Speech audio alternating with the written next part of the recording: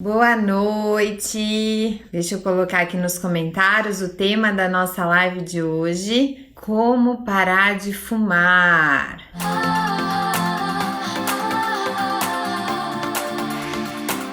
Recebo hoje a Priscila Dib Gonçalves, ela é psicóloga, supervisora lá do Serviço de Psicologia e Neuropsicologia do Instituto de Psiquiatria do HC de São Paulo. A Priscila tem doutorado pela USP, pós-doc na Universidade de San Diego, na Califórnia, Estados Unidos, especialista no tratamento do tabaco. Então, hoje ela traz para gente as atualizações aí, o que tem de melhor em evidência. Tem aí um conhecimento da clínica e da pesquisa da academia para compartilhar com a gente. Esqueci, e é professora do Departamento de Psiquiatria também da USP. Obrigada, Pri, por estar aqui com a gente. Imagina, Aline, obrigada pelo convite, parabéns pelas filhas, né? Parabéns por ser mãe de uma bebê de 3 meses e estar conseguindo se organizar para fazer tudo isso, né? Só você deve saber os desafios aí do dia a dia, né? Seu vídeo, Pri, não sei se você viu mais, mas tá entre os 10 mais vistos do Mãe-Star, que é Nossa, que legal! Sou fumante, estou grávida e agora, que tem as estratégias, né? De parar de fumar e os riscos para a mulher, enfim, é muito legal. Eu recebo vários comentários, é um vídeo que tem ajudado várias mães. Acho que é sempre bom a gente poder falar sobre esse tema, sobre o tabagismo, porque às vezes as pessoas já incluem, falar, a gente já tem tanta informação, todo mundo já sabe que fumar faz mal para a saúde, então a gente Uhum. não precisa mais falar sobre isso, né? E aí com isso, acho que vem um estigma, ou cresce uma coisa muito grande, no sentido de, só fuma quem quer. Né? Uhum. Então, acho que isso também acaba sendo um impeditivo, às vezes, para as pessoas buscarem ajuda. Ou, se eu quiser parar mesmo, eu vou parar e aí acabou. Né? Então, acho que tem Uhum. uma coisa assim, acho que é muito importante a gente ter esses espaços para poder conversar. Né? Ainda mais nesses momentos, assim, por exemplo, na gestação, que é um período tão delicado, porque acho que tem uma coisa, acho que você fala um pouco até disso aqui, o quanto que tem as pessoas tendem a romantizar esse período, como a mulher é intocável, nada vai acontecer, vai ser tudo É. muito maravilhoso sempre. Então, a gestante que é tabagista, ela acaba ficando, às vezes, muito sozinha, né? Porque Uhum. ela vai ter vergonha de fazer uso de tabaco nos lugares públicos, às vezes vai ser até discriminada por alguma coisa assim, mas como é que essa ajuda ela é oferecida e como é que essa ajuda pode chegar até essa mulher?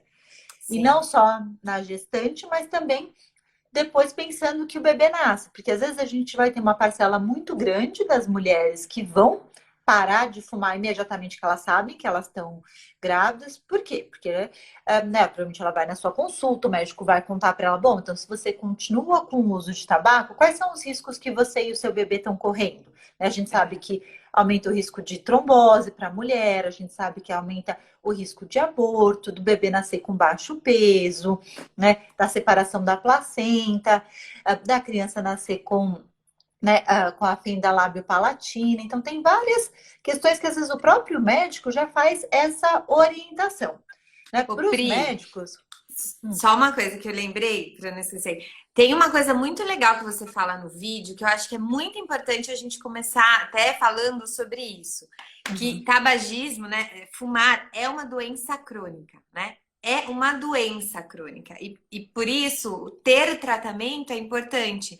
Como é difícil parar de fumar, né? E Sim. todo mundo fala isso. E uma outra coisa que você fala, que eu acho também para segurar aqui, o pessoal que está aqui, que passa, vê o tema e às vezes a Dani comentou, na gestação eu parei de fumar, mas depois eu voltei e tá muito difícil de parar. E quando tem a recaída, eu achei muito legal, eu assisti o vídeo de novo esses dias antes da gente fazer a live, e você fala assim, recaída não é que você perdeu tudo, né? Você vai partir dali em diante. Então, agora, para a gente ir mais ou menos por tópicos, né? Você já estava falando, mas só para a gente pensar, da população geral, relembrando, por mais que muita gente já sabe quais os problemas, para relembrar quais os problemas que ocasionam, fumar ocasiona para as pessoas, né? De forma geral.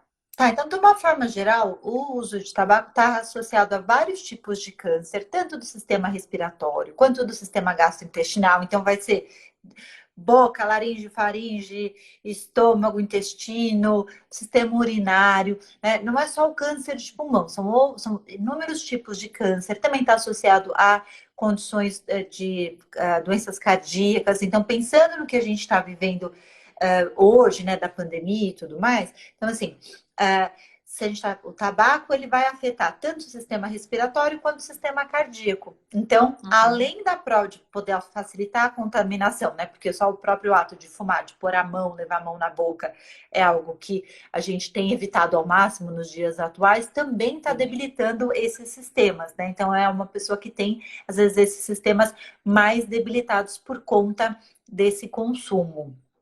Tá? Pensando em termos de população, a gente tem assim, a Organização Mundial de Saúde estima que 1,3 bilhões de pessoas fazem uso de tabaco no mundo. E algo que a gente vem observando é que nos países mais desenvolvidos as taxas vêm caindo muito ao longo dos anos, né? Então, que nos anos 80 era 30%, 40% quase. Agora a gente tem aí nos países mais desenvolvidos em torno de 10%, por aí, e a gente vai vendo nos países subdesenvolvidos como isso vem aumentando, como vem aumentando o número de tabagistas. A gente vai dizer que vai estudando, vai vendo que a indústria vai focando agora no leste europeu, em outros países da Ásia, né? Então, quanto vem aumentando o uso de cigarro, do tabagismo vem aumentando. Tem uma outra preocupação, talvez pode ser até um tema de uma outra live, que é o uso do cigarro eletrônico, que aí é uma coisa que o ano passado nos Estados Unidos, né, ficou muito em evidência depois de ter uma condição pulmonar associada com esse uso, e nos adolescentes tem sido uma coisa que tem preocupado muito, porque tem aumentado drasticamente. Pensando Porque nessa o cigarro eletrônico, eles estavam acabando, começando a usar, substituindo o cigarro normal, é isso? Que começou a Acho aumentar que o assim, cigarro eletrônico? tem uma questão que a indústria ela vende dessa forma, né? Como o cigarro eletrônico como uma substância que traz como um dispositivo que poderia ser usado no tratamento, né? Por outro lado, todo o marketing que é feito para isso, até se vocês alguém já viu assim, as cores, o formato, parece um pendrive, é super bonitinho, né? Então, o público-alvo dessas pessoas, né, acaba sendo muito mais os jovens. E porque acho que aqui a gente chega num ponto muito importante da doença, do tabagismo como uma doença crônica. Se você perguntar para um fumante quando ele começou a fumar, a maioria das pessoas vai te dizer entre 12, 10 e 20 anos. Então, a gente vai pensar no tabagismo como uma doença pediátrica, porque 90% dos fumantes começam nessa faixa etária. Então, é uma parte, é um momento da vida que o cérebro está em desenvolvimento, a identidade está se formando, então muitas coisas estão acontecendo. E acho que isso é importante, porque depois, quando a gente vai pensar em tratamento, a gente vai pensar de alguém que se reconhece como fumante, alguém que associou o momento que essa pessoa para de fumar como o momento que ela vai lá relaxar. Ou o momento que ela vai lá, então eu aprendi que quando eu estou ansioso, eu vou lá e fumo. Recentemente eu estava conversando até com algumas pessoas falando, nossa, mas cigarro não abaixa a ansiedade? Então, o cigarro em si, a nicotina, é um estimulante. Então, intuitivamente, a gente não pensaria que um estimulante vai deixar a pessoa mais calma, certo? Por outro lado, se você perguntar para as pessoas, como é que foi a sua experiência quando você fumou a primeira vez? Foi uma experiência boa? Normalmente as pessoas vão te dizer que não, que a primeira experiência não foi uma experiência boa. A pessoa se sentiu intoxicada, ela tossiu, aconteceu alguma outra coisa. Então, muito dessa sensação do alívio, da ansiedade, vem até pela própria abstinência que o tabaco vai causando, que é uma substância, a nicotina causa abstinência muito rápido. Então, a pessoa fuma e aí ela reduz a abstinência, que é essa ansiedade, e aí ela faz essa associação. E dá uma sensação de prazer. Não é que acalma, mas dá uma sensação de prazer. Isso, não, porque né, a nicotina vai atuar no cérebro, vai atuar no sistema de recompensa, então tem sim uma sensação de prazer. E a indústria do tabaco, enfim, muito bem articulada, desenvolveu até uma forma de entregar a nicotina muito rápido para o nosso organismo. Então, quando a pessoa quando ela fuma um cigarro, em pouquíssimos segundos, milésimos de segundo, ela já está sentindo a sensação de prazer. Que é diferente, por exemplo, quando ela vai usar um adesivo. Quando ela vai usar um adesivo, a nicotina não vai atingir a corrente sanguínea tão rápido quanto o ato de fumar. Então, a Um sensação... parênteses, né? O adesivo, gente, a Pri vai explicar um pouco melhor, mas é uma estratégia, né? Reposição de nicotina por meio do adesivo. Não sei se todos aqui já ouviram falar, eu aprendi no vídeo da Pri, que é uma estratégia para quem tá, né? Eu imagino que Sim, naquela abstinência, né? Na fissura, querendo o cigarro, aplica, tem chiclete, né, Pri? E tem o isso. adesivo No da Brasil, a gente tem nicotina. essas duas formas, né? Em outros países, a gente tem outras formas. Mas no Brasil, a gente tem disponível tanto a goma, que a pessoa coloca na boca, e aí tem a reposição da nicotina, quanto o adesivo, que é na pele. Então, a pessoa gruda Uhum. na pele o adesivo. O que Né? pode E acontecer é aí, que ela acha que não não chega a ter aquela sensação, porque de fato demora mais para chegar na corrente sanguínea do que acontece com tragar o cigarro, né? isso. E aí também, então, é uma sensação diferente. Então, como é que a pessoa ela vai se adaptar a essa sensação? Então,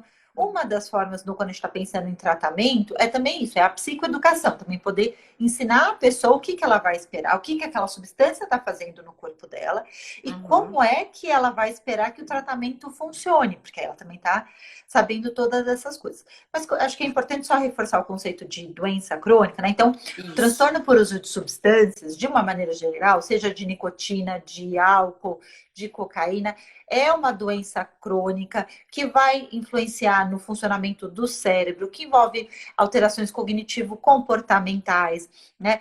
É algo que é muito sério. Então, é algo que vai muito além do caráter, da volição. Porque eu acho que, apesar Sim, de a gente estar em 2020, ainda tem um estigma social muito grande, né? total. E cada vez mais, conforme vai tendo movimento, né, mundial aí para fazer com que as pessoas parem de fumar, cada vez as pessoas que fumam sentem-se, digamos, colocadas sob julgamento, né? Como Uhum. se elas não param porque elas não querem. Não é assim, por isso que a gente Isso, e fala, acho que né? isso também, levar essa informação para quem é tabagista pode ajudar no sentido de que existe tratamento, o tratamento funciona. Então, acho que Uhum. a boa notícia é que, assim, Legal. existe tratamento, existem diversas estratégias e essas estratégias funcionam. Então, E acho que quando também... fala funciona, Pri, acho que é legal falar o que é, né? Na parte da pesquisa, a gente tem falado muito em evidência científica, né? Até tá em pauta a cloroquina, então vamos falar, o que funciona quer dizer que já foram feitas muitas pesquisas sérias, né? De Sim. grupos com um N, né? Com um número de pessoas muito grandes, que teve aí uma significância estatística certa, e daí a gente pensa em pesquisa, em revisão sistemática, em coisas que de fato viram que essas são as melhores estratégias, as que você vai falar aqui, né? Isso, a gente está pensando em evidência, né, em dados robustos, né, em coisas que a gente observa, não só a gente como pesquisador, mas vários outros lugares no mundo.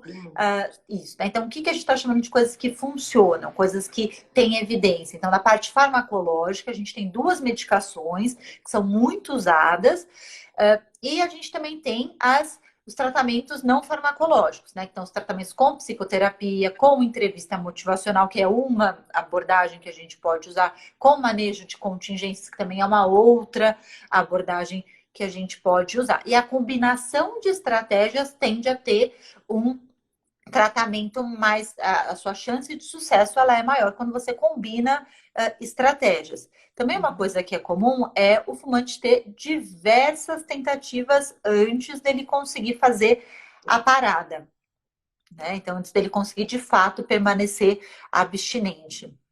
Uhum. Antes da gente entrar exatamente em cada uma das estratégias, como a gente tem um público de muitas mães e gestantes ou tentantes, para gestante e para o bebê, quais são as implicações de fumar na gravidez e depois durante o aleitamento materno? Tá. Então, se a gente pensar na gestação, para o bebê, vai ser um bebê que, primeiro, acho que tem um, que é o risco do aborto, né? Então, acho que você aumenta esse risco, né? Dois, você aumenta também a chance de uma separação ali da placenta, você aumenta a chance desse bebê ser um bebê que nasce com baixo peso, e a gente sabe, né? Acho que você deve ter até vídeos aqui que falam sobre a nutrição e outras coisas, assim Uhum. como o peso do bebê é uma coisa muito importante. Sim. Ao nascer. E Para as tentantes, acho que talvez primeiro começar para as tentantes, tem alguns estudos que estão mostrando na fertilidade. Então, para quem está tentando engravidar, também já não é recomendado o uso de tabaco, tá? E aí, para a saúde da mãe, você vai aumentar o risco de trombose. Para o bebê, você tem um bebê que pode nascer com baixo peso, ter a separação da placenta e também aumenta a chance desse bebê nascer com a fissura lábio-palatina, né? Então, também aumenta essa probabilidade.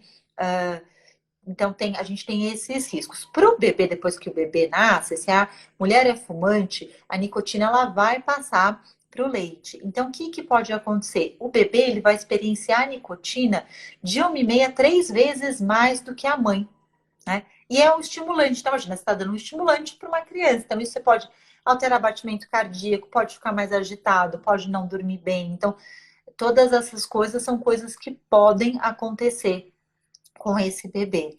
E aí a gente também vai, isso pensando no aleitamento materno, no leite. Uhum. E você também tem todos os outros riscos do fumo passivo, né? Que é você estar num ambiente onde outra pessoa está fumando e você está inalando aquela fumaça. Então, Eu já vi pensando. estudos com aumento de chances de morte súbita no bebê, até quando Sim. tem cama compartilhada, que a mãe dorme com o bebê e o pai, que é fumante, também na mesma cama, que aumenta os riscos de ter Sim. morte súbita no bebê, né? Que é algo que, enfim, é algo que preocupa muito, assim, né? Às vezes a mãe do primeiro mês da criança, eu acho que é uma coisa que tudo a mãe tá ali, depois pode contar que você tem dois, mas o primeiro as pessoas falam que elas ficam um pouco mais Ficam em mais, cima.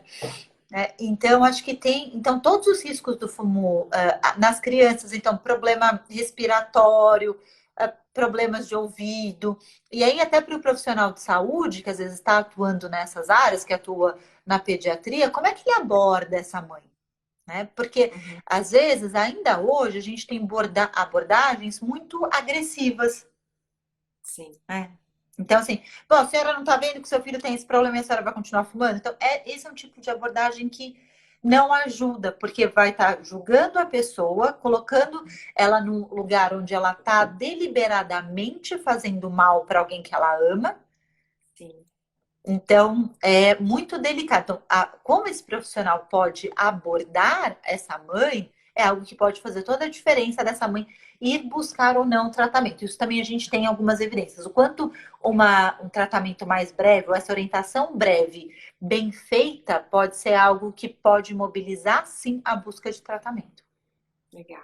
De uma forma mais acolhedora, né? De uma coisa de apoio, né? E não de julgamento. Isso, que você possa ter uma escuta mais reflexiva, então que você possa entender que bom, então aquela mulher ela é uma mãe solteira, ela está com aquela criança, ela não sabe o que fazer, então a forma que ela sabe de se acalmar é fumando, ela não conhece uma outra estratégia, então posso te dar, você pede autorização, posso te dar algumas informações sobre isso? Você já pensou sobre aquilo outro? Então, a forma como você conduz essa orientação, ela é diferente. E aí, a gente tem várias evidências de entrevista motivacional que é uma conversa sobre a mudança, né? Uma abordagem que está visando a mudança do comportamento e com essa abordagem você consegue ajudar pessoas que estão ambivalentes. Normalmente, se você perguntar para um fumante, você já pensou em parar? Muitas pessoas já vão dizer, já, mas agora eu não quero, ou agora. Então, por que você pensa em parar? Por que você pensa, o que não te atrai em parar? Né? O que você fez em um outro momento que funcionou? O que não funcionou? Né? Porque a gente, apesar de a gente ter várias estratégias, a gente vai ter coisas que funcionam para umas pessoas e coisas que funcionam mais para outras pessoas. Ou, às vezes a pessoa teve uma experiência negativa, então com uma estratégia, e aí ela vai querer tentar uma outra estratégia. Ou, por que será que teve essa experiência negativa naquele momento? Então, também é uma outra coisa que a gente pode buscar compreender. Entendi.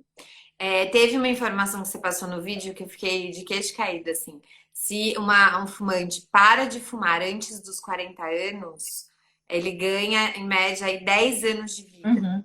Né? Isso varia entre homem e mulher. Isso é uau, né? Você foi pensar. Então, acho que isso tem uma coisa muito legal da tecnologia, tem uma coisa muito legal, assim, tem diversos aplicativos. hoje, né? Para quem quer parar de fumar. E o que é muito bacana nesses aplicativos, que eles vão mostrando assim, se você está há 8 horas sem fumar, já aconteceu isso e isso no seu corpo. Se você está há 2 dias sem fumar, já aconteceu isso e isso. Então, acho que isso é muito legal, porque também vai dando um reforçador, vai sendo um outro motivador. Né?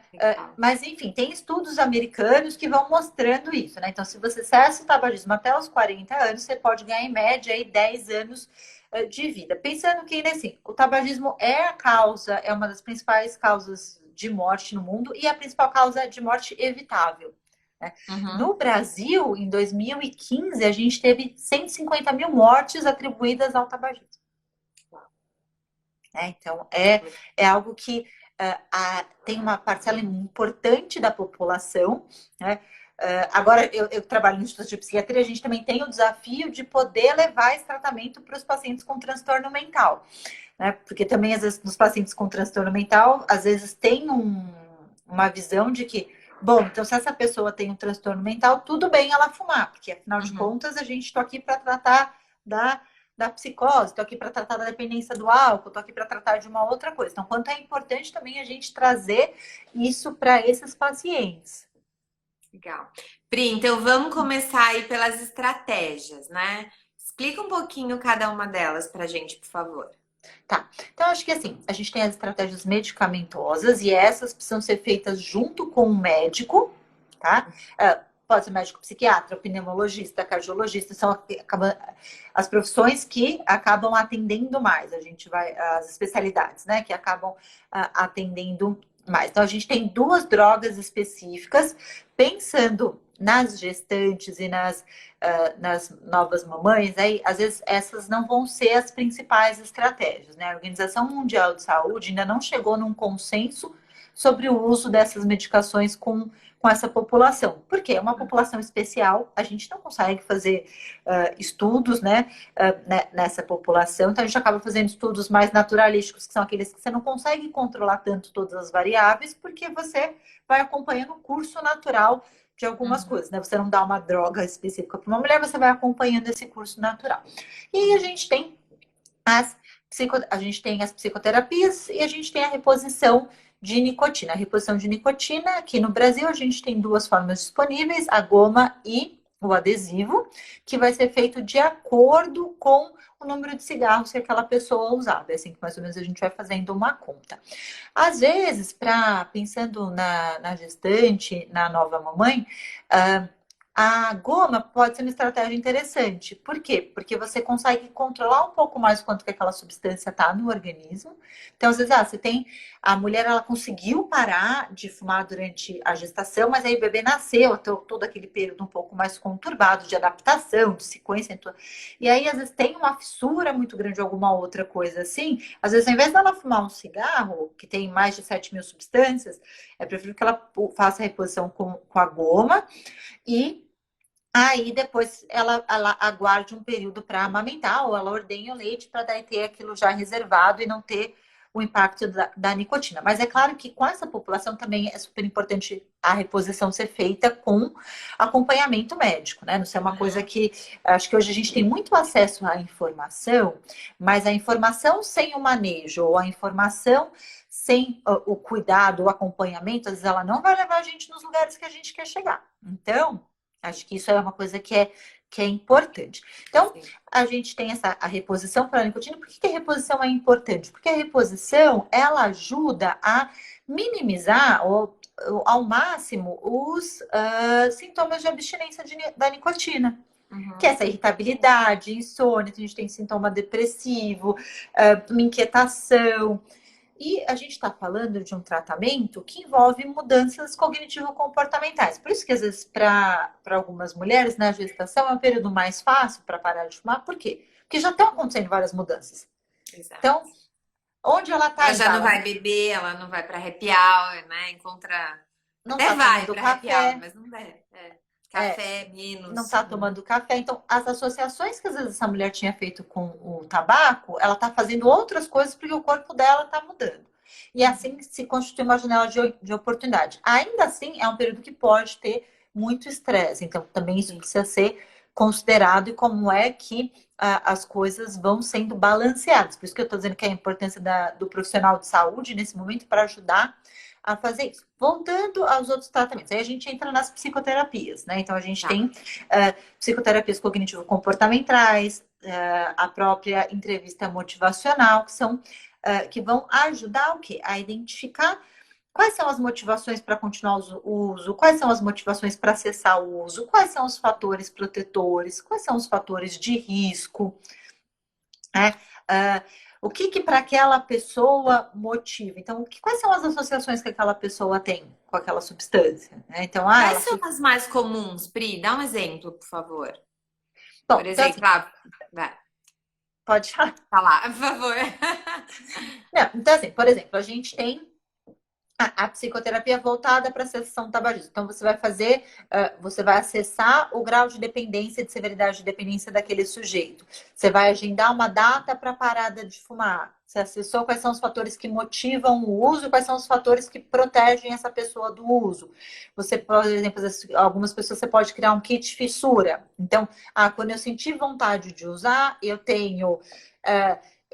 Tenho essa bala, porque as pessoas têm essa coisa de ter um pouco a coisa na boca, eu tenho um cravo, uma canela, tem pessoas que preferem estímulos aversivos, já vi gente que fala, não, então quando não tô com muita vontade, eu pego um pedacinho de wasabi e ponho na boca, porque me dá uma sensação muito ruim e aquilo faz com que eu pense em outra coisa. Também tem a Uhum. psicoeducação. Por quê? Porque a fissura, ela tem um tempo. Fissura é aquela vontade intensa que a pessoa tem de usar a substância, né? Ela tem um tempo para ela acontecer. Então, não é que lá a pessoa vai ficar 24 horas com fissura. Né? A fissura, ela dura em torno de 10 minutos no máximo. Então, como é que a pessoa vai passar esse período? Além da psicoterapia, a gente tem, assim, atividade física, também é uma coisa que ajuda bastante. Estratégias de meditação, também são coisas que podem ajudar, né? A técnicas de respiração, de relaxamento são coisas que podem ajudar. E também, assim, como é que essa pessoa, ela percebe que o que pode agregar para ela, né? Parando de fumar. Então, desde, bom, um remédio é caro, mas se eu fumo um maço por dia você gastou quanto no mês? Quanto, né? Então, quanto você economiza a longo prazo? Como é se perceber? Acho que a gente teve uma mudança muito grande quando a gente tem o impacto da política pública, né? Isso a gente vê bem, assim. Então, quando no Brasil a gente passa, em São Paulo, a gente parou de fumar dentro dos lugares, até a forma como as pessoas aceitam isso vai mudando. É verdade. Né? Então, Nossa, eu acho que lembro quando eu tinha 14, sei lá quantos anos, ia nas baladinhas aqui em Bitinga, né? A gente saía, a roupa, você tinha que tomar banho quando chegava de casa, porque era um cheiro horrível, né? Você ficava assim. E isso hoje ninguém. Isso é uma coisa que realmente teve uma política pública de muito sucesso, né? Relacionada ao sim. cigarro. Eu lembro quando eu fiquei em San Diego um tempo, as pessoas não fumam na rua, né? Eu vi aqui, às vezes você tá andando, tem alguém fumando na sua frente e vem, é o fumo passivo, né? Lá você não tem isso, então varia, né, de lugar para lugar, mas as políticas públicas são fenomenais nesse sentido, né? Tem algumas cidades na Califórnia que você não pode fumar na rua, né? Em nenhum lugar, assim. Então acho que a gente tem, lá eles têm isso, então tem isso que acaba agregando bastante. Então, acho que assim, se a gente tivesse que resumir o que a gente tem de estratégia para tratamento, a gente tem essas estratégias farmacológicas, a gente tem abordagens psicológicas voltadas para isso, para trabalhar o quê? Com a mobilização da motivação daquela pessoa para parar, né? Então, se você está vendo esse vídeo e é fumante, às vezes você pensa em parar, mas às vezes você não tem tanta certeza, pode ser sim o momento que você vai procurar um profissional, porque um profissional vai poder te ajudar nessa sua ambivalência. As pessoas falam muito, né? Tem o anjinho e tem o diabinho, né? Que estão falando assim. Então, um profissional, conversar com um profissional sobre essas coisas, os fatores que te mobilizam, às vezes tem algumas crenças muito enraizadas, né? É muito difícil, eu nunca vou conseguir, é assim mesmo. Tem muita. É uma pergunta assim: muitas pessoas deprimidas ou que veem no cigarro um prazer que elas têm dificuldade de ver em outras coisas, prazer semelhante. Você vê isso na clínica, Pri? Eu vejo como algo muito enraizado, assim, né? Como uma associação que a pessoa tem, assim, não, então eu Eu fumo para relaxar, eu fumo para estar com os meus amigos, eu fumo quando eu tô sozinha, então eu não tô mais sozinha porque eu tenho essa companhia. Então eu vejo muito isso, assim, né? Associações muito enraizadas, assim, que são. E também, como eu estava falando, assim, como a pessoa começa a fumar, né, na adolescência, ela foi construindo várias coisas e ela teve várias experiências com o cigarro junto. Uhum. Então, ela vai entendendo que aquilo é o normal, ou que aquilo é o normal dela. E como é que é Sim, abrir mão disso? Como entendi. é que é pensar, então, eu tô cansado, eu tô estressado, então eu vou fazer uma pausa e nessa pausa eu fumo. Então, se Uhum. eu não fumo mais, eu não faço mais essa pausa. Como é que eu posso substituir essa pausa? Eu posso fazer uma outra coisa nessa pausa? Eu Entendi. posso nessa pausa ligar para um amigo? Eu posso nessa pausa eh, dar uma volta no quarteirão e olhar outras coisas? Então, o que que eu vou fazer nessa pausa? Então, Uhum. acho que o que a gente tem de uma maneira geral no uso de substâncias, a gente tem uma restrição de repertório muito grande, onde muitas coisas vão girando ao redor da substância, Sim. Então, pelo que eu tô né? entendendo, é legal pensar numa substituição desse hábito. Acho que Pode é ser mais que uma pensar. substituição, é uma ampliação. Então, Tá. você ter um leque de possibilidades. Uhum. Então, assim, porque uma vez que você tem, assim, que você está acompanhando com o médico, você tem uma medicação que está te ajudando, né? Então, da parte biológica, da parte física, você tem a reposição da nicotina. E agora a gente tem a mudança da rotina. Sim, legal. Tem uma coisa que às vezes algumas pessoas, alguns fazem, uns pacientes fazem, que eles gostam bastante, eu pessoalmente acho bem legal, que assim, quando eles estão começando a pensar em parar de fumar e tal, em marcar a data, a gente escolhe alguns alimentos que eles gostam bastante. E aí eles descrevem a sensação que eles têm comendo esse alimento. E aí depois que eles param, algum tempo depois, 2 semanas, um mês, eles comem os mesmos alimentos e falam da mesma sensação.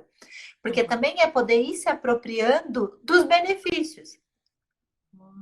Não Entendi. só da perda que causou, né? Então, não tem mais aquele momento, não faço mais isso desse jeito. Então, quais são os potenciais benefícios? Como é que é também poder ir aproveitando? Porque quando a gente fala, você pode viver 10 anos a mais se você parar de fumar, é algo que está distante. É algo que não Uhum. parece não é tangível, você não É. consegue pegar. Então, acho que Uhum. poder trazer, e acho que nisso o profissional de saúde vai ajudar bastante a poder junto. E a gente também tem os grupos, a gente tem as linhas de apoio. Para quem é profissional de saúde, né, poder pensar, bom, como é que você faz? Quando você identificar alguém, né? Então, para a gente também perguntar mais se as pessoas são tabagistas, acessar esse grau de dependência, acessar se a pessoa tem interesse no tratamento, poder fazer esse encaminhamento se a gente não tem esse conhecimento. Uhum. A gente tem diversos grupos, a gente tem o INCA, né, que é o Instituto Nacional do Câncer, que tem uma parte só voltada para isso. Então, Uhum. nessa parte, o Brasil, a gente tem muitas coisas, né, muito positivas que já foram desenvolvidas nessa área. Às vezes é como é que a gente articula tudo isso, né? Então, acho Ô, que isso também é Pri, um e desafio. você até já comentou, né? O quão é importante ter o apoio da família, dos amigos. Você falou de ampliar, né, possibilidades para esse momento, que também repensar alguma coisa. Então, se você costuma sair num grupo, vai, de 5 pessoas e 4 fumam, vai ser difícil você, com essas 4 pessoas, pelo menos num primeiro, até você, sei lá, consolidar, né, essa Sim. abstinência e não ter mais a fissura, enfim. Então, em casa, e os amigos mais próximos, acho que você travou. Não, não deu certo. Não. Tá me ouvindo? Ah, Tô ouvindo. parecia que... É, em casa, é legal se marido e mulher fumam, enfim, alguém. É legal tentar ir na mesma onda, né? Os dois fazerem juntos, porque um apoia o outro. Enfim, o que você acha disso? Não, acho que assim, pensando na gestante, tem um impacto muito grande, teu parceiro que fuma, né? Então, Uhum. na gestante na nova mamãe tem um impacto muito alto. Assim, se esse parceiro também está disposto a parar, isso pode ajudar bastante. Então, como é que a pessoa vai fazendo algumas coisas? Então, a pessoa fuma no quarto, fuma na sala, ela mora em prédio, desce para fumar. Como é que é isso, assim, né? Qual que é a facilidade daquilo, né? Eu brinco muito com os meus pacientes, a gente conversa muito de algumas coisas, que eu sempre uso exemplos de chocolate, assim, né? Então, se você tem chocolate em casa, nesse frio, a gente vai fazer o quê? A gente provavelmente vai comer esse chocolate em algum momento, né? Se você não tem, para você sair de casa, para você ir comprar, para você pensar como é que você organiza tudo isso, tem, tem um tempo, tem um pensamento, tem todas as outras coisas que estão envolvidas, né? Então, por isso que quando a gente está pensando na sessão do tabagismo, às vezes a gente fala assim, bom, então a pessoa está motivada, tem um plano estruturado de como é que faz essa coisa do ambiente também, né? De tirar essas pistas do ambiente. Uhum. O café, que é muito associado, né? Também. Café, uso de bebida alcoólica é muito associado também. Para a mulher, também tem a questão do peso, né? A gente sabe que tem tem um ganho de peso associado também muitas vezes, né? Então, como é que é a gente entrar com atividade física também, conversar sobre isso, né? Então, isso também são coisas muito importantes, né? Para a gente poder considerar quando a gente está fazendo tratamento. Eu acho que o que você falou, para a gente trazer novamente, que eu falei no vídeo do YouTube, que é legal, que assim, bom, a pessoa tá lá, tá uma semana sem fumar, acabou tendo uma experiência, deu um trago no cigarro, fumou um cigarro, então já voltou tudo, parou, não vou conseguir nada. Então, isso também é muito importante, né? Saber que ter um lapso, isso a gente chama de lapso. Por quê? Porque não é que a pessoa voltou ao padrão anterior. Tá? Então, se a pessoa teve um lapso, vamos entender por que essa recaída aconteceu. O que aconteceu esse dia? Né? Por que isso aconteceu? Como é que a gente pode prevenir? Como é que a gente pode usar isso como uma oportunidade de aprender com isso? E não Uhum. só de falar, se é algo de negativo, do tipo, tá vendo, eu não consigo mesmo, eu não tenho jeito, vai ser assim para sempre, vou morrer de câncer, enfim, que aí vem esses pensamentos mais tudo ou nada, né? Uhum. Então, como é que é poder trabalhar com isso também? Sim. E os aplicativos que você falou, porque se ela ficou 1 mês, 2 meses, 3 meses sem fumar, também tem ganhos ali, né? Sim. Eu acho que é legal de pensar quando você fala dos aplicativos, e depois, Pri, se você puder me passar alguns para eu compartilhar com o Faço sim. pessoal, que a pessoa vai anotando como funciona. Então, ela vai colocando os dias que ela está sem fumar, tem mais coisas, como que é, mais ou menos? Normalmente eles vão colocando assim, os dias que tem algumas dicas, né? Então, assim, por exemplo, tomar água é uma dica que muitas pessoas usam quando elas estão com vontade. Logo que a pessoa está começando a pensar em parar de fumar. Vão pensar assim, uma pessoa que fuma 30 cigarros por dia. Então, vamos tentar reduzir isso para um número menor, fumar um cigarro por hora, porque você não vai fazer uma abstinência tão grande. Vai tentar retardar o primeiro cigarro, né? Então, não. Porque tem pessoas que elas acordam e elas nem acendem a luz, quase, elas já acendem Uhum. o cigarro, né? Então, como é que é retardar esse cigarro? Então, vão trazendo assim outras dicas. Como é que é importante marcar a data de parada? Então, você tem uma data, então essa data é para daqui 2 semanas. Então, até 2 semanas, essa pessoa vai reduzir, vai criar o kit fissura dela, vai poder e falar, bom, então porque eu subo um lance de escada, tantos lances de escada, eu já me sinto cansado, né? Então, poder ter essas outras traz essas outras informações que podem ir ajudando também. Né? É Uhum. bom lembrar que assim, a gente tem inúmeras tentativas antes da parada, de 3 a 7 dias depois que a pessoa parou, a primeira semana é a semana mais difícil. Então, se você está vendo Tá. esse vídeo, já parou de fumar e está no dia 6, você está quase lá. Então, assim, Que bom. né? De 3 a 7, o primeiro É, e o segundo são mais fáceis do que o terceiro, então? Olha, eu não sei dizer exatamente, não lembro o estudo específico que fez isso, mas eu diria assim que é a primeira semana, Legal. porque às vezes o primeiro dia tem toda aquela motivação, a pessoa tá lá, tá firme, tá conseguindo, tem as Aham. pessoas que estão ajudando. Sim. E aí, acho que nem eu estava falando no começo da live, da questão de você poder entender como funciona a liberação da nicotina pelas vias de reposição. Porque às vezes a pessoa ela fica ela está buscando aquela sensação do cigarro. Sim. E não vai ser exatamente aquilo, né? Isso. E aí, como é que a gente vai discutindo também, que é uma coisa que a gente discute muito, quem trabalha com transtorno por uso de substâncias, como é ter diferentes formas de sentir prazer. Que a gente tem, né? Que nem no exemplo do chocolate. Se a gente comer um brigadeiro agora, vai ser o quê? Maravilhoso, vai dar uma sensação de prazer intensa, rápida, que passa rápido. Né? Então, como é Exatamente. também você poder abrir mão dessa sensação em nome de uma outra sensação que é a pessoa vai lá e vai cheirar o cabelo e não tá cheirando cigarro. A pessoa olha para a mão não tá amarela. Uhum. Ah, isso é legal. Esses benefícios de curto prazo. Então, paladar melhora. Paladar, olfato, o próprio cheiro, cheiro na roupa, na casa. Isso de não ter algumas pessoas também vão falar assim, nossa, antes eu estava às vezes no meio de uma ideia, eu tinha que parar aquilo para ir fumar. Não era que eu queria ir fumar, mas eu não estava conseguindo mais aguardar. Então, que deixou de ser uma coisa de, eu estou fazendo porque eu tenho prazer, mas de que eu preciso parar de fazer uma coisa importante para fazer aquilo. Uhum. Então, Sim. também tem essa outra coisa, de ter as pessoas vão dormir melhor, relatam fôlego, né? Conseguem ter mais fôlego para fazer as coisas. Por isso que se a pessoa insere uma atividade física junto, pode ajudar bastante, porque ela vai vendo o rendimento dela melhorando na atividade física e também vai tendo uma produção maior, né? A atividade física, a gente sabe, está associada a uma sensação de bem-estar e várias outras coisas.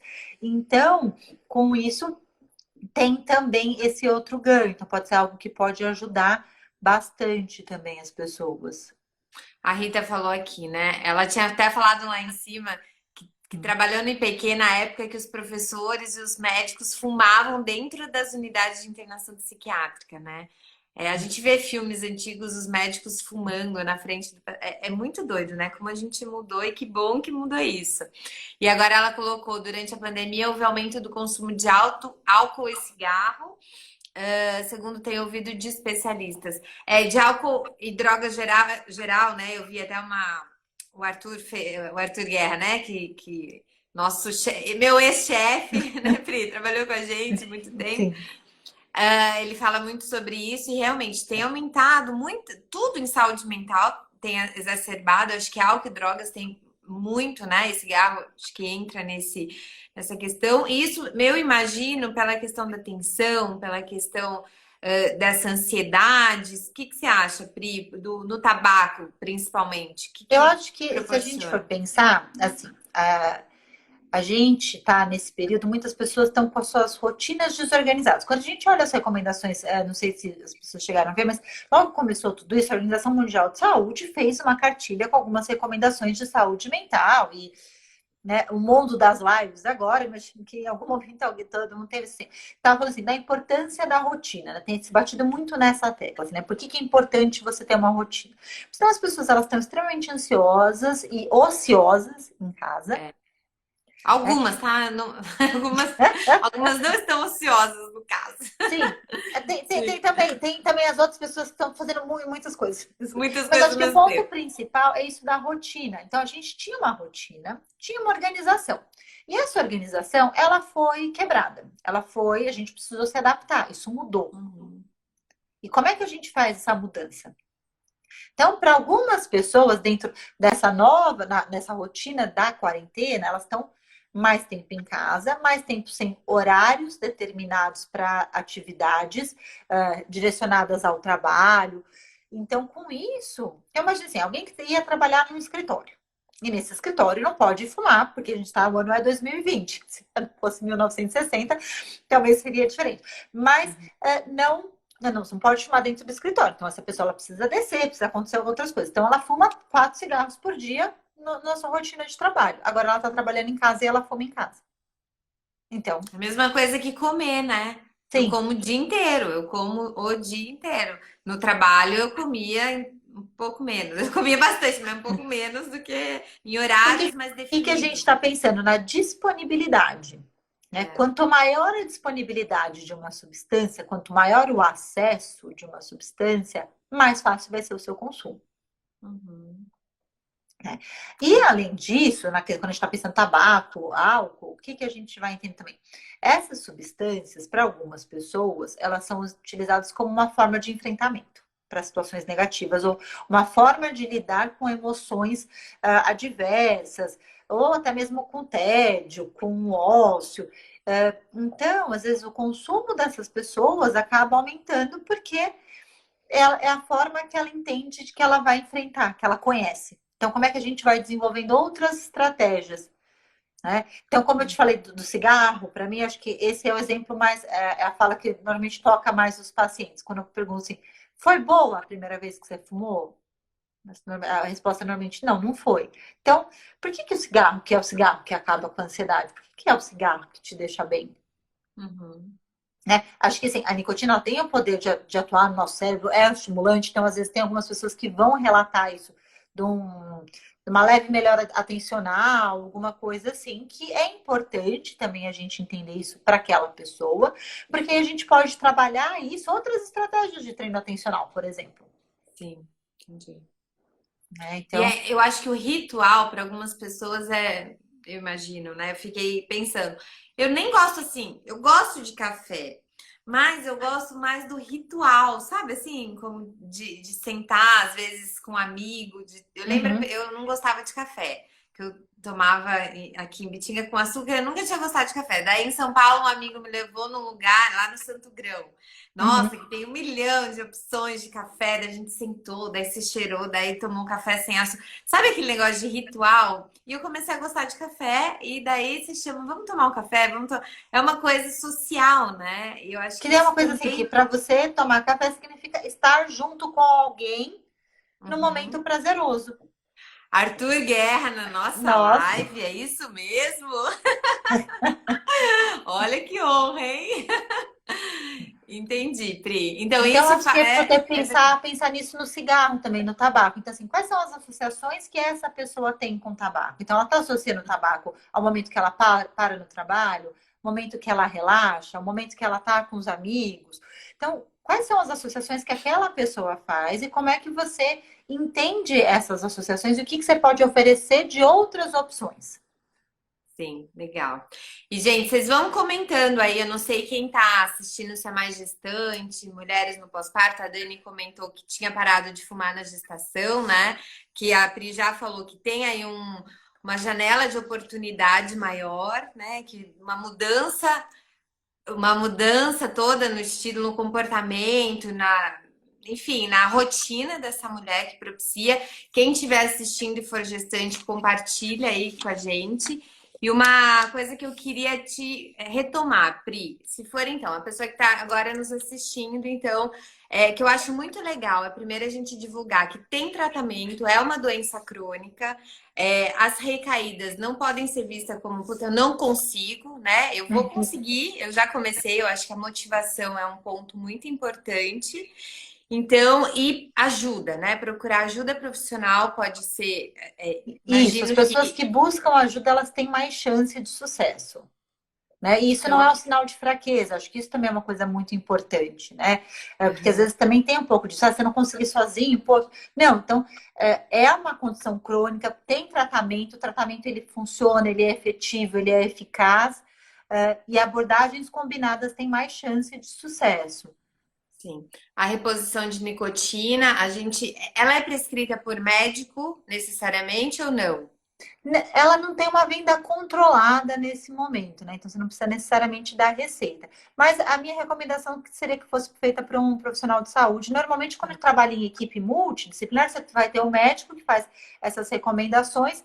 E é que aqui no Brasil, por exemplo, nos Estados Unidos, que nem eu fiz esse treinamento na Clínica Meio, que era um tratamento para pessoas que querem só focar nesse tratamento de tabaco, que elas vão trabalhar nos hospitais, então, porque às vezes pacientes que vão passar por cirurgias, né? Então, depois da cirurgia, a gente sabe quanto o tabaco tem um impacto negativo na cicatrização. Então você tem pessoas que são treinadas para isso, para atuarem nessas áreas mais específicas.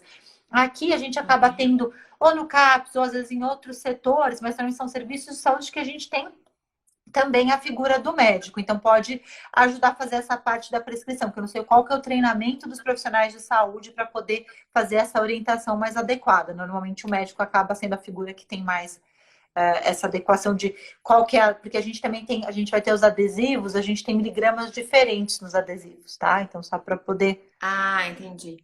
não é E um fica, em único. média, quanto tempo? Quanto tempo a pessoa que inicia o tratamento vai? Se ela, você falou que de 3 a 7, na primeira semana é o mais difícil, passou aí dos Uhum. 7 dias, ela vai tendo chances maiores de sucesso. E ela se vê, eu lembro, né, que dependente de álcool nunca tá curado, né? Você tá sempre, do tabagismo é a mesma coisa? Olha, acho que assim, a gente está pensando uma condição crônica, então as recaídas elas podem acontecer. O tratamento medicamentoso, normalmente é em torno, normalmente, porque vai depender do grau de dependência, de vários outros fatores, mas tende a ser em torno aí de 3 meses, às vezes 6 meses, dependendo do caso. Então, às vezes é um tratamento mais curto, assim, se a gente for pensar nos quem trabalha com transtorno mental, é um tratamento relativamente curto. Às vezes tem até uns um pouco mais enxutos de 8 semanas, né? Mas de 8 a 12 semanas, tem alguns que você vai até 24 semanas. Então, já pensando em coisas mais nesse sentido, assim, né? Normalmente, com o tabaco, a maioria das pessoas que fazem uso de tabaco, isso usa ele é diário. Pouquíssimas pessoas fazem, apesar de estar crescendo um pouco mais, mas pouquíssimas pessoas fazem o uso de tabaco ocasional ou esporádico, Uhum, sim. tá? Uh, Então, Mas eu acho que é algo pode para a gente falar. estar sempre atento, porque, por exemplo, é um recurso que a pessoa já usou em situações de crise ou em situações de alto estresse. Então, às vezes, como agora a gente vive uma situação de uma da ansiedade mais elevada, do estresse maior, às vezes a pessoa pode achar que isso pode ser uma solução, né? Ou Entendi. recorrer a comportamentos anteriores. Então, tipo, como é que é pensar em novos comportamentos? Então, se Né? Em ela tá novos. aí abstinente, mas ela tá começando a pensar nisso novamente, ou tendo muito estresse, ou tendo Uhum. situações aí de saúde mental, é importante que busque ajuda para melhorar esses sintomas, né? E não recorrer a um antigo, né, um Isso. hábito que era feito, que não é exatamente isso que vai. Pode até de imediato ter um prazer, mas não é a saída, né? Acho que não é por aí que seria a melhor Não é que isso, saída. às vezes não é isso que vai necessariamente trazer aquilo que ela está buscando. Então, como é que é Uhum, poder ampliar esses recursos? Como é que é poder abrir,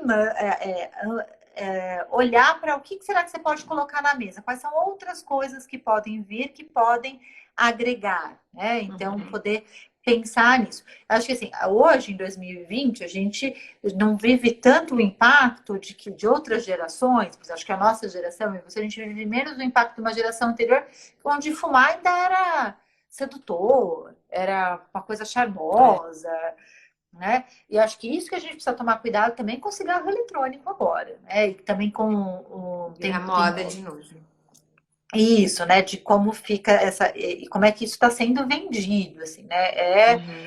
Se você olha, tem algumas coisas hoje quando você vê esses documentários mais históricos, assim, das cores que eles usam, dos desenhos, né? Das coisas mais infantilizadas, da semelhança da cor de algumas propagandas com cor de bala, sabe? Então tem algumas coisas que são, agora quando você vai fazendo essas associações e vai vendo, são realmente impressionantes, assim. Sim. E o pessoal da publicidade, né? Eles são muito expert em como vender as coisas pra gente, né? Eles E quanto estudam à muito indústria do o nosso tabaco, cérebro. é, Olha, eu acabei de ver que faltam 2 minutos pra gente ser derrubado aqui no Instagram. tá. Então, gente, eu quero pedir, quem tiver dúvidas, a Pri me ajuda a responder depois, né, Pri, por Ajudo. favor. Mandar, a gente faz um É, story respondendo também. Legal. Então, só para lembrar, quem fuma, quem quer parar de fumar, saiba que é uma doença crônica, então é legal você ir atrás de um tratamento. Existem estratégias, como a Pri falou, profissionais especialistas, né, no assunto. Depois eu também vejo de serviços, eu lembro do Cratode agora, que tem um programa forte de tabagismo, né? Mas devem existir isso. Cratode é em São Paulo, mas a gente pode depois faz um levantamento para compartilhar serviços no SUS para vocês. E também a gente ficou de encaminhar, divulgar os aplicativos, né? Para a gente poder Sim, divulgar esses aplicativos que podem ajudar as pessoas que estão querendo parar de fumar. É isso, Pri? é isso. Eu quero agradecer todas e todos que estiverem em mais uma live aqui com a gente, que eu tenho um orgulho imenso de conhecer profissionais tão competentes e com currículos ótimos e cheios de empatia, que acolhem, né? Tem tratamento, tem solução, não precisa fazer sozinho. E se você conhece alguém que precisa de ajuda, então converse com essa pessoa, não converse num tom de que essa pessoa está fazendo aquilo só porque ela quer, né? Então tem outras coisas que estão envolvidas também. Isso pode ajudar bastante. Compartilhe, marque quem precisa aí, que é um empurrãozinho para parar de fumar ou manter aí a abstinência. Um beijo. Obrigada, Pri. Tchau, gente. Tchau, tchau.